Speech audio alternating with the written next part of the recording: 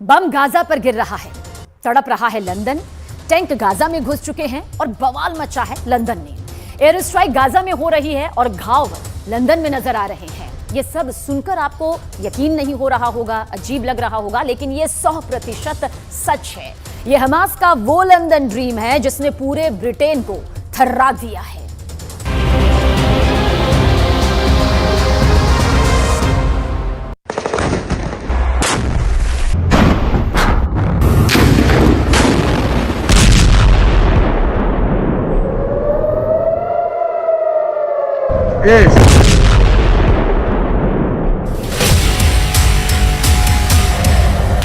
जंग लड़ी जा रही है गाजा पट्टी में, लेकिन तूफान खड़ा हो गया है लंदन में।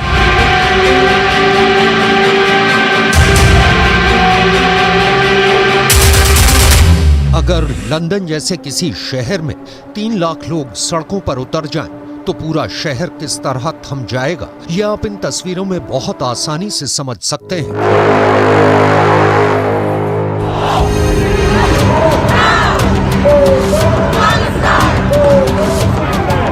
लंदन में इन दिनों माहौल कुछ ऐसा ही है।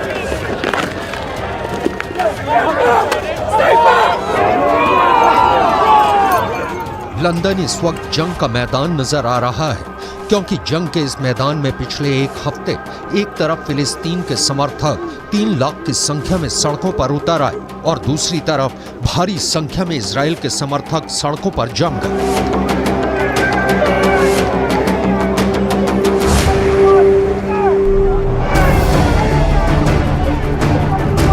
ब्रिटेन के कई अखबारों में रिपोर्ट्स हैं कि इजराइल और हमास के समर्थक भिड़ गए, हाथापाई की नौबत आ गई।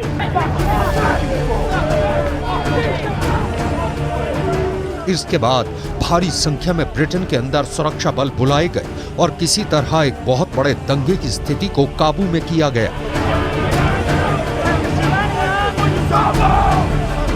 गाजा में इस वक्त जो कुछ भी हो रहा है, पूरी दुनिया में करोड़ों लोगों की रूह कांप गई है।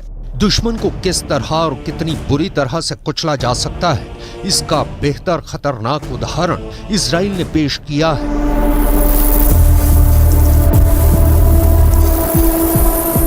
अगर तस्वीर देखेंगे तो शायद आंखें फट जाएं, क्योंकि गाजा पट्टी के अंदर इजराइल धीरे धीरे अपनी जड़ों को गहरा कर रहा है और इस खूनी गदर के बीच में सैकड़ों लोग ऐसे नजर आ रहे हैं जो मलबों के अंदर अपने परिवार के सदस्यों की लाशों को तलाश कर रहे हैं।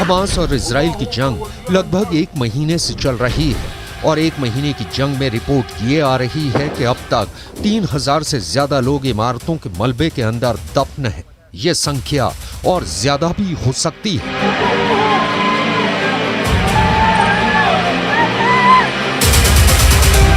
अभी हम आपको एक ऐसे व्यक्ति की तस्वीर दिखा रहे हैं जिसके परिवार के 10 लोगों की मौत इजराइल की एयर स्ट्राइक में हो गई है और परिवार का खुशकिस्मत सदस्य बाकी परिवार के सदस्यों की लाशों को मलबे के अंदर से निकालने की कोशिश कर रहा है।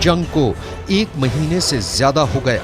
अगर कोई 1 महीने से मलबे में दबा हो तो उसका जिंदा रह पाना तो लगभग नामुमकिन है, लेकिन किसी तरह उसका अंतिम संस्कार किया जा सके, इसकी जद्दोजहद के लिए भी गाजा पट्टी में गली गली में सैकड़ों जंगें लड़ी जा रही हैं। डंडे या लोहे की छड़ों से मलबे को हटाने की कोशिश की जा रही है। क्योंकि गाजा पट्टी के अंदर इन मलबों को हटाने के लिए ना तो कोई बुलडोजर है और ना ही कोई क्रेन। गाजा पट्टी को बारूद का रेगिस्तान कहें या मलबे का शहर, गाजा पट्टी दर्द की पट्टी बन चुका है।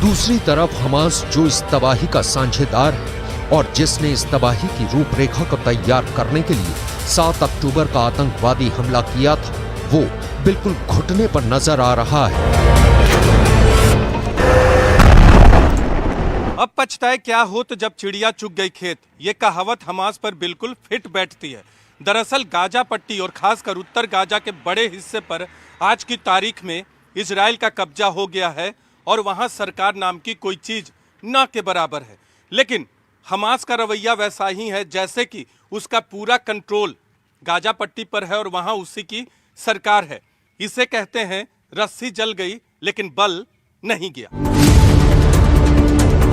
हमास ने इजराइल के सामने एक ऑफर रखा है और वो प्रस्ताव ये है कि इजराइल के 50 बंधक रिहा कर देगा, लेकिन बदले में उसे 3 दिन का संघर्ष विराम करना होगा और कुछ फिलिस्तीनी बंधकों को भी रिहा करना होगा। दूसरी तरफ इजराइल के प्रधानमंत्री बेन्यामिन नेतन्याहू आखिर क्या चाहते हैं, ये अमेरिका को भी पता नहीं चल रहा है। एक तरफ नेतन्याहू ये बयान दे रहे हैं कि बंधकों को रिहा करना उनकी प्राथमिकता है और दूसरी तरफ हमास लगातार बयान दे रहा है कि हम बंधक रिहा करना चाहते हैं, लेकिन इजराइल की तरफ से इस पर कोई प्रतिक्रिया नहीं आती।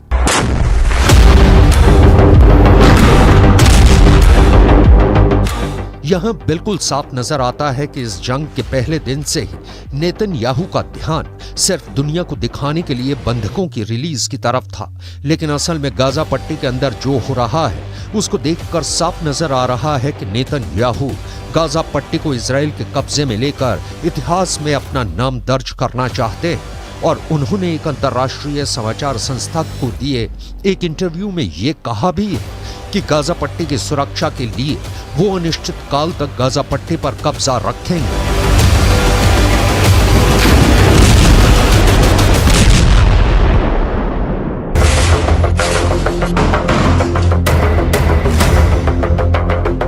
बंधकों को रिहा करने के हमास के प्रस्ताव से साफ है कि हमास घुटने टेकने की मुद्रा में आ चुका है, लेकिन इजराइल हमास के घुटनों को तोड़ना चाहता है। एक तरफ इजराइल गाजा पट्टी पर कड़कती हुई बिजली बनकर टूटा है और दूसरी तरफ इजराइल अपनी प्रोपेगेंडा मशीन को भी जबरदस्त तरीके से इस्तेमाल कर रहा है। कल पूरी दुनिया में एक तस्वीर वायरल हो रही थी जिसमें कि ये दिखाया जा रहा था कि अल शिफा अस्पताल के अंदर इजराइल ने चिकित्सा सामग्री पहुंचाई है। और आज एक और तस्वीर पूरी दुनिया में दिखाई जा रही है कि एक फ्यूल टैंक यानी ईंधन गाजा पट्टी के अंदर रफा क्रॉसिंग के माध्यम से पहुंच रहा है। पूरे 1 महीने और 5 दिन के बाद गाजा पट्टी के अंदर फ्यूल आया है, ईंधन आया है।